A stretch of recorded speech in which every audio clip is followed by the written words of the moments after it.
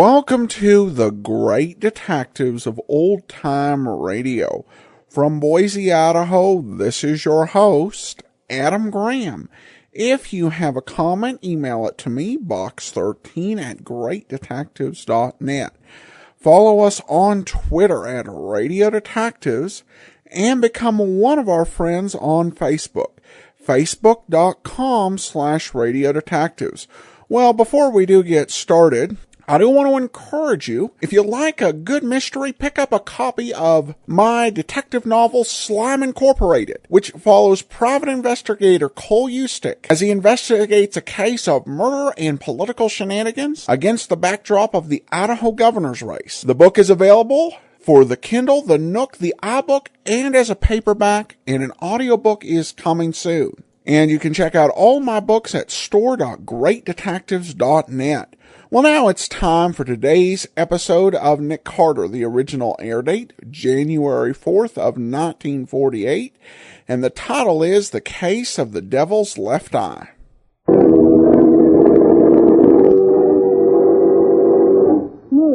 you say it couldn't have been either an accident or suicide? No, Patsy, it couldn't. But Kirby says Mr. Briggs was alone in his study at the time. I know it sounds impossible, Patsy, but somehow I believe he's telling the truth. But who fired the gun that killed Briggs? Oh, that's really the $64 question. No, Patsy. The newspapers are right about Briggs' estate. That's the $4 million question. Now for the case of the Devil's Left Eye. Today's adventure starring Lon Clark as Nick Carter, brought to you by new post-war Old Dutch cleanser. Lucky Bristol is a very polite individual. In fact, his first rule for success in running a gambling house is always be polite to the customers. As for his second rule, well, Lucky is in his private office now, politely explaining it to one of the said customers. The way I figure it, Mr. Willard, what's the use of winning if you can't collect? And so I make it a rule to always collect. Oh, how much do I owe you, Lucky? Better than 50 grand.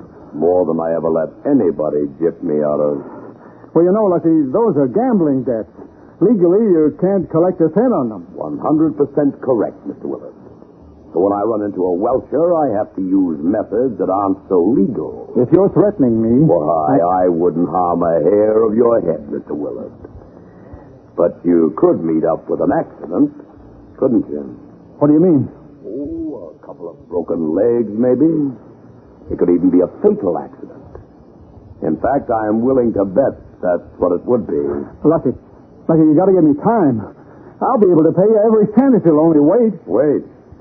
How long? Well, my Uncle Jonathan has millions. I'm his only heir. If you'll just be patient... You mean wait till the old man kicks off?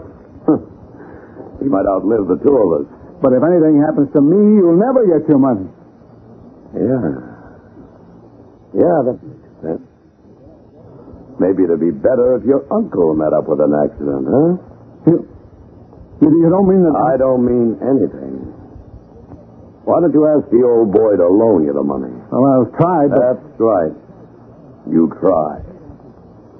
Try hard enough, and maybe there won't have to be any accident.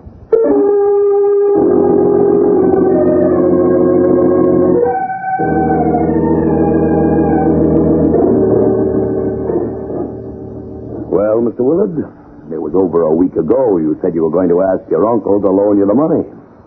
How about it? I've begged him a dozen times to let me have the money, but he won't. That's too bad, isn't it? Look, Lucky, I'm going to Lake Placid for the weekend, but I'll ask him again on Monday. So if you'll only wait until then... I've waited a long time now, Mr. Willard. From now on, I'm making no promise.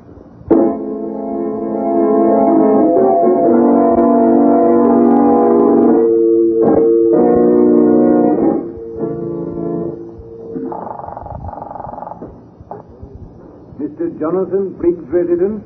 Hello, Kirby.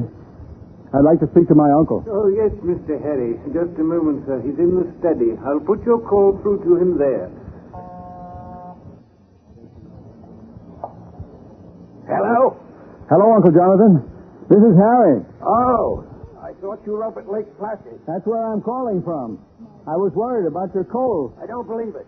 You knew very well that I'm so much better. The doctor said I could get up today. But, Uncle, you've been in bed for the past week, and I naturally... Yes. What you really called about was that money, wasn't it? Well, Kirby can't hear you, can he? What's the matter with you? You know I'm always alone in my study at this time of day. Well, yes, Uncle Jonathan, I did want to talk to you about the money. Well, you can save your breath. I won't give you one single solitary red cent. But, Uncle Jonathan, Not a penny, and that's final. If you... Uncle Jonathan! Uncle Jonathan!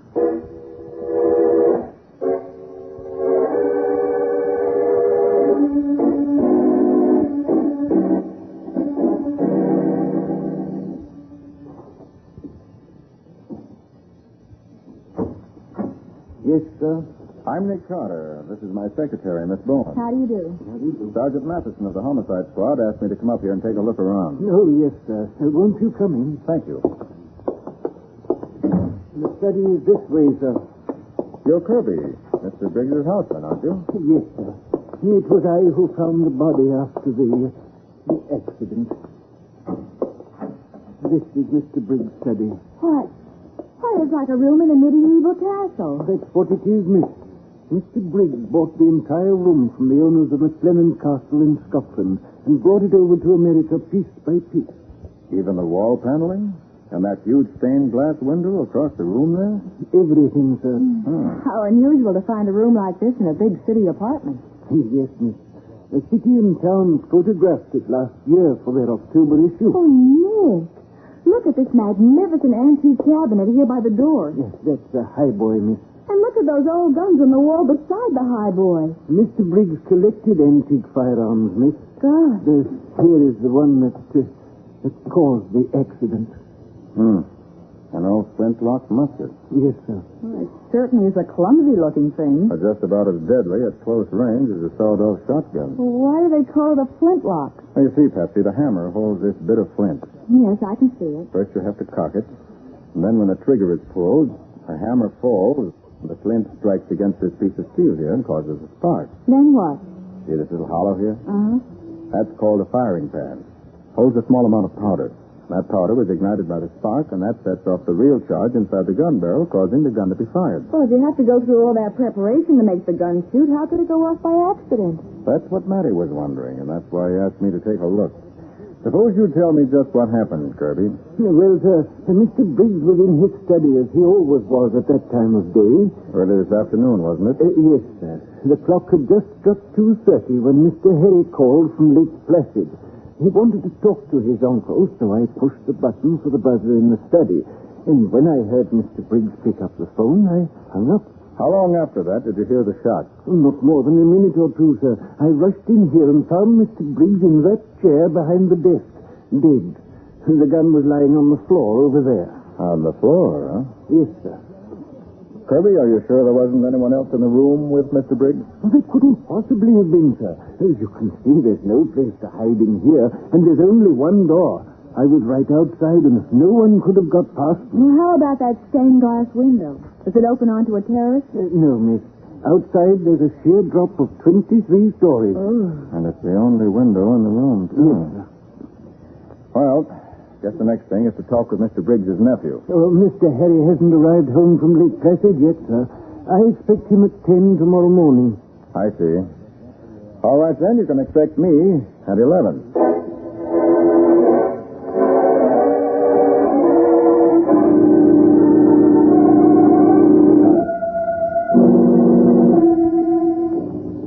Lucky, what's the idea of phoning me here at the apartment? That was a nice, convenient little accident your uncle had, wasn't it, Willis?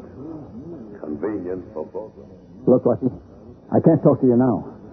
I just got in from Lake Placid an hour ago, and there's some people waiting for me in the study. You called me back? Yes, of course. Goodbye.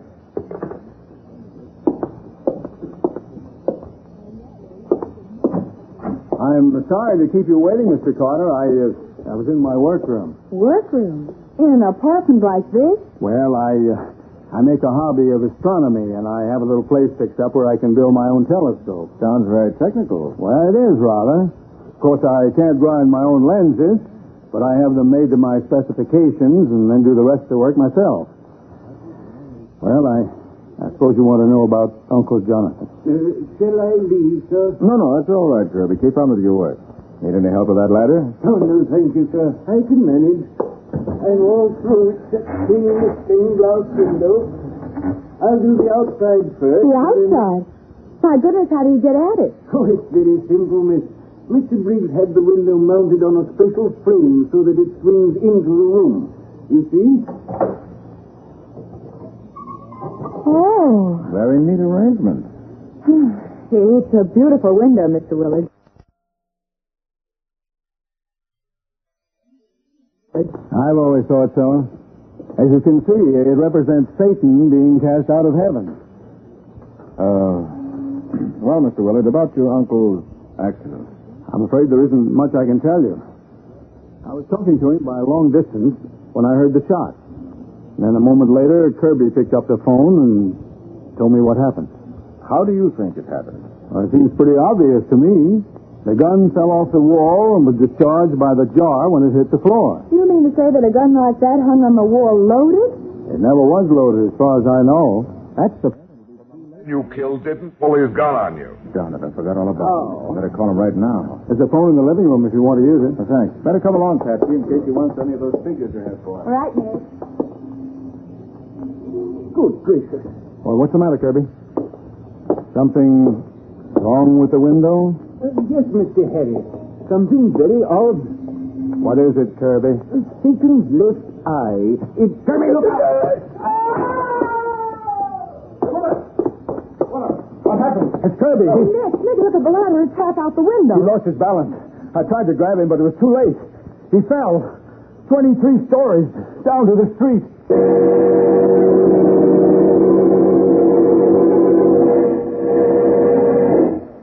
From the antique stained glass window, the evil face of Satan seems to leer triumphantly down into the room where violent death has struck twice within 24 hours.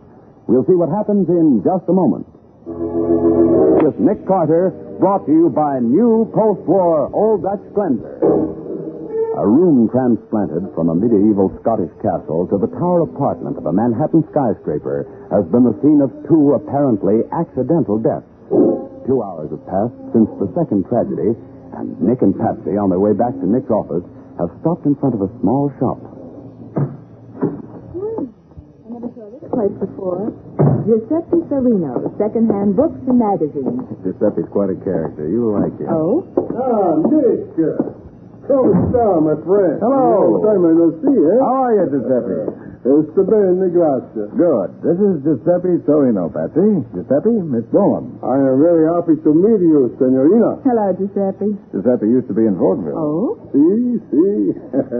When I am not so fat like this, we play all the big time. The four flying Sorinos.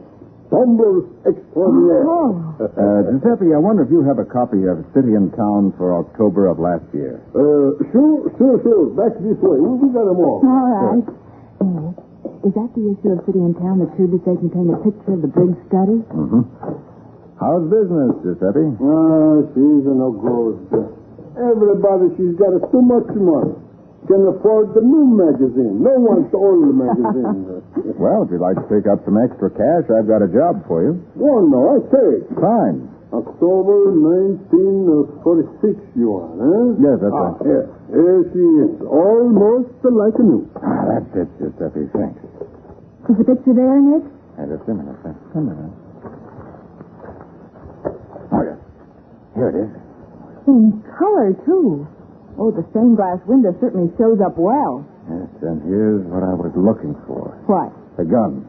That 17th century flintlock.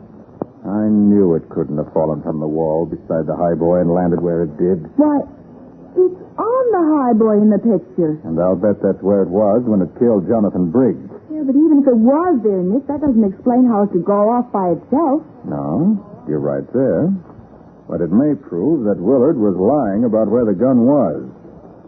And with Giuseppe's help, I may be able to learn how the second so-called accident happened. What kind of job do you like for me to do, Nick? Something that's right in your line, Giuseppe. A little tumbling. Oh, I'm not so sure. It's a long time now since I do very hard stunts. Well, this one won't be hard, Giuseppe. We can do it right in my office. And it's easy. As easy as falling off a ladder.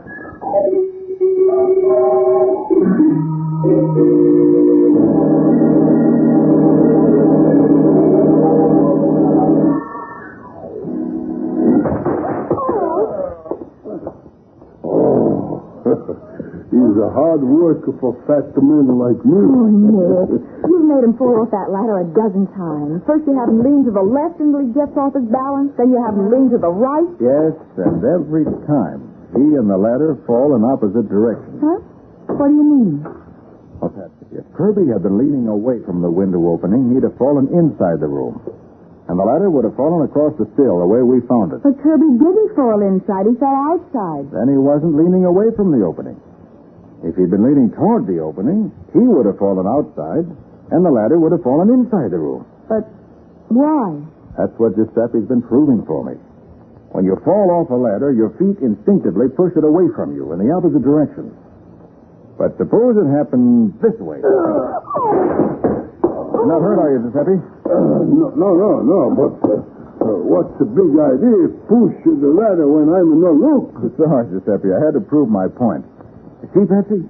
When I pushed, Giuseppe and the ladder both fell in the same direction, just as Kirby and the ladder did this morning. What? Oh. You mean you think Willard pushed Kirby out the window? From what we've seen here, I think he did. But this test of yours isn't proof that he killed Kirby. No, but when you add this to the fact that he was probably lying about the gun hanging on the wall, Mr. Willard appears to be a very suspicious character as far as I'm concerned. But Nick Willard was in right class that he couldn't pull the trigger of the gun by... But he could have, shall we say, made arrangements. What kind of arrangements? Come on, Patsy. We're going to take another look at Jonathan Briggs' study. Maybe that will answer your question.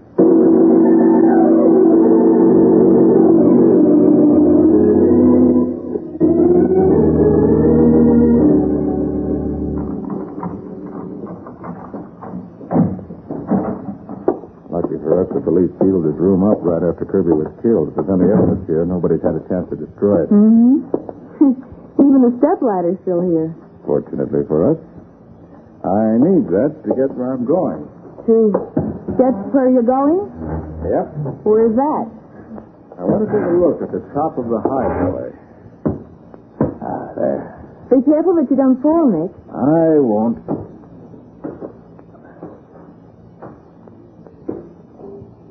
Let's see. What are you looking for, Nick? Just as I thought. Climb up here beside me and I'll show you. It better be good, Nick. I don't like ladders. It is good. See here?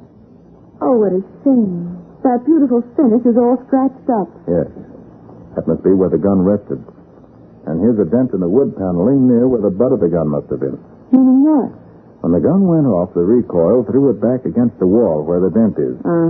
And it bounced off the highboy onto the floor. A gun like this would have to have quite a kick. Well, what do you suppose those books are doing up here? The butt of the gun were propped up on those books, and the muzzle were resting on the edge where these scratches are. Where would the gun be pointing? What? Right at that chair where Mr. Briggs was sitting when he was shot. You begin to see how he was killed? Oh, yes. And in such a short distance, it couldn't have missed. Right. But, how was the gun set off? You still don't know that. I think I do. See these burn places here? Yes, they look like cigarette burns. But nobody could lay a cigarette down up here. It's too high. Patsy, take a look at the face of Satan in the stained glass window there across the room. See anything strange about it? No. No, it's pretty badly warped, but that's just age, isn't it? Look at his eyes. Why, they don't melt. Exactly. Oh. The right one is yellow, and the left one is white. Now, do you remember what time Mr. Briggs was killed? About 2:30, Kirby said. Right. And about 2:30 tomorrow, I think we can put this case in the file, marked case closed.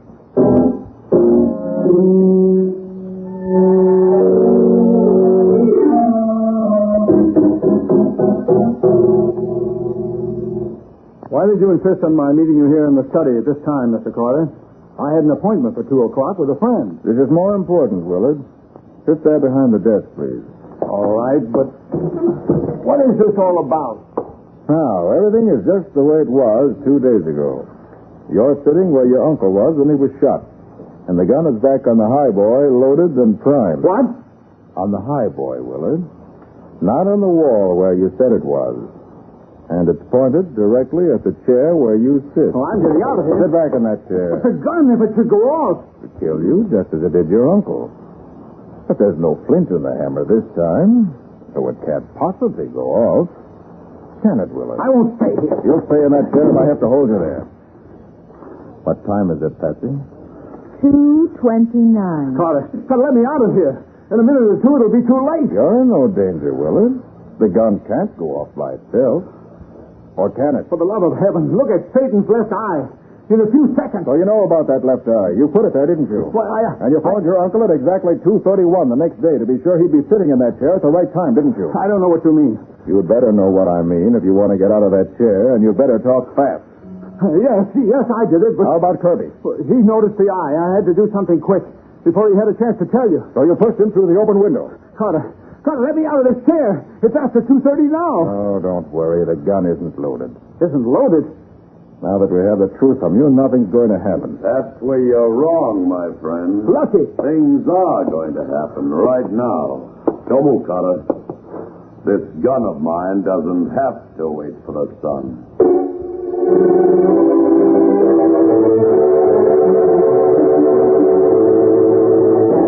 Lucky Bristol stands in the doorway, his revolver aimed at Nick, and it looks as though Jonathan Briggs' study may be the scene of still another killing. We'll see what happens in just a moment.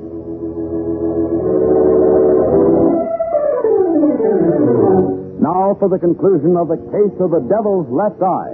Today's adventure with Nick Carter, brought to you by new post-war Old Dutch Cleanser. Harry Willard has confessed to the murder of his uncle, Jonathan Briggs. But before Nick can take him to the police, Lucky Bristol, the gambler, appears in the doorway, a revolver in his hand. Well. Lucky Bristol. How do you fit into this picture, Lucky? I'm just protecting a little investment of mine, Mr. Carter. Mr. Willard here owes me $100,000. 100? It's only 50,000. It's 100,000 now, Mr. Willard. Or do you want me to tell Mr. Carter he can put his hands down? No, 100's all right. And keep it half the price. When you didn't show up at my place at 2 o'clock, I came up here to see why. Well, you found out. Now what? Now nothing. I'm leaving. Well, what about them? They know about Uncle Jonathan. Well, if I were you, I'd make sure they didn't tell anybody. You mean I've got to... I don't know what you're going to do. I won't be here. But before I go, you better get Carter's gun to do it with. Yes, of course. Don't try anything, Carter. I'm still protecting my investment. Don't worry. I know when I'm licked. Okay, Lucky. I got Carter's gun. Okay. I'll send a couple of my boys around late tonight in case there's anything you want carried out of the building and left someplace. So long. You going to let this man make a fool of you, Willard? What do you mean? You think we've got to be killed to protect your secret, don't you? Well, of course. How about Lucky? I don't kill you. How about Lucky? You're going to let him walk out of here knowing enough about you to send you to the chair? Smart guy, aren't you, Carter? Yes, he is smart, Lucky. I never thought of that. Why, you poor sap. Keep your hands away from your pocket, Lucky. You cheap little punk, if you think you can get away with anything like this. Duck, Patsy. I told you I'd get you. Oh, nice work, Nick. Let them shoot it out with each other, then you shoot the winner's gun out of his hand. Where'd you get that gun, Carter? I thought Didn't Willard... occur to Willard that the gun he took wasn't the only one I had. I carry this one in a shoulder holster for just such emergencies. You're a lucky stiff, Carter. I may be lucky, but I'm no stiff. All right, Willard. You can get up off the floor now. I'm shot, Carter. Hurt bad. You live. Only your shoulder. Take your gun back, Nick. Willard is all through with it. Thanks, Patsy. Better call the police ambulance for Willard. And tell Matty to send along the hurry-up wagon for his pal. Right away, Nick. They may ride down to headquarters separately, but they'll end up in the same place when they answer for their crime.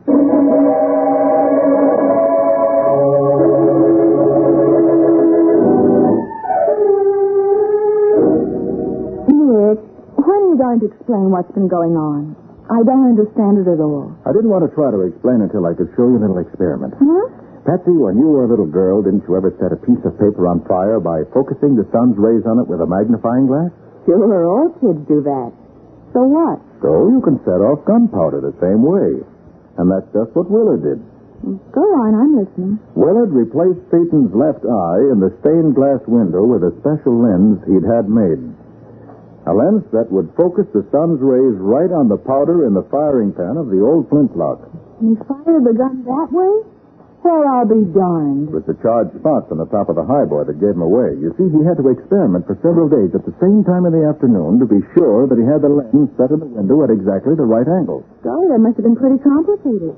Figuring the angle of the sun, the right kind of lens, the right time of day, and everything. It was, even for an amateur astronomer like Willard. But fortunately, his uncle was sick in bed for a week, and Willard was able to use the study undisturbed. So he was able to set the gun, go to Lake Placid 300 miles away, and then call his uncle on the phone at just the right time so he'd be sitting at his desk when the gun went off. Right. Now you know as much about it as I do. Oh, well, I knew Satan was dangerous, and I've heard of the evil eye. But I never expected to see a stained glass Satan with an eye evil enough to kill a man. Oh, that's really something.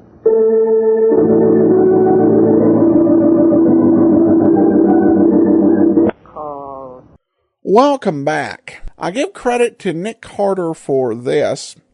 It's definitely an established fact by now that he does carry a second gun. And that's what criminals get for not listening to Nick Carter on the radio. Pretty atmospheric case. This is definitely one where I feel bad about the quality of the recordings we have for most of these later adventures from 1948 and on. Well, now it's time for some listener comments and feedback, and we have two emails regarding Nick Carter. Leslie from Australia writes, Nick Carter, the priceless prose is right. Where can I get some activated seismotite? Well, good question, Leslie. While Old Dutch Cleanser is still around, the only references I can find to seismotite are regarding advertising for Old Dutch Cleanser in the 1930s and 40s. There was actually a very interesting article over at old-time.com regarding Old Dutch Cleanser, with the idea that it polishes as it's clean, and a kind of interesting test concept. But yeah, I am not certain. You can get Old Dutch Cleanser, whether it still has seismotite in it. Well, I guess you'd have to consult the company. And then we receive an email from Christine from Jamaica, who it's great actually to hear from. It's been a while since we received an email from her. She says, I haven't written for a while, but I couldn't help myself this week. Patsy just got on the very last nerve ending of my very last nerve. Does everyone but her know that she works for the greatest detective in the world? Why the heck is she always so quick to fall apart or so quick to get hopeless when they end up in a jam? Nick always has a plan because he always knows what's up because he's all-knowing or something. Everyone else knows, but Patsy is ever clueless. Seriously, she's the most annoying person in the current schedule of shows. She should take a leaf from Brooksy's book from Let George Do It. There's a chick who's a solid sidekick. Patsy plays like a straight man or dumb blonde instead of a valuable sidekick. On a positive note, I really like this week's plot line. I totally didn't expect the mastermind to be the client's girlfriend. That was a great plot twist. As always, a great job from Christine in Jamaica. Well, thanks so much, Christine. Again, good to hear from you. And I do have to admit, it's kind of a disappointing way that Nick Carter has developed. If you were with us at the beginning of Nick Carter about a little more than a year and a half ago, it wasn't always like this. I think that the early portrayals of Patsy were a little bit more adventurous, not quite Brooksy level adventurous, but yeah, I think it's tended to the point that she's sitting there freaking out, mainly because, from the writer's standpoint, it gets the audience to sense the danger that perhaps Nick Carter might fail, after 300 plus cases. So, yeah, I think that is an unfortunate way the character has developed, but definitely some very good twist. I mean, in terms of just, purely the mystery plots as to how interesting, unusual, surprising the mystery plots is, Nick Carter is probably the best show on the schedule. It's not the most enjoyable, though, for some other reasons. But clearly the plots, I think, really do help the show out. Finally, we do have a comment from Amanda, who said, just wanted to say thanks for all the hard work you put into this podcast and your commentary. I listen before bed every night. I love the nostalgia of listening to old-time radio. For some reason, it relaxes me. Keep up the amazing work. My favorites are Nick Carter and Johnny Dollar. Well, thanks so much, Amanda. And you're not alone among our listeners in saying that you love listening to the show right before bed. And it's been a bit of an adjustment, because as I've hosted the show, I've had to learn that putting people to sleep isn't always a bad thing. All right, well, that will do it for today. We'll be back tomorrow with That Man with the Action-Packed Expense Account. Yours truly, Johnny Dollar. And then next Thursday, join us for another adventure with Nick Carter. In the meantime, send your comments to box13@greatdetectives.net. Follow us on Twitter at Radio Detectives.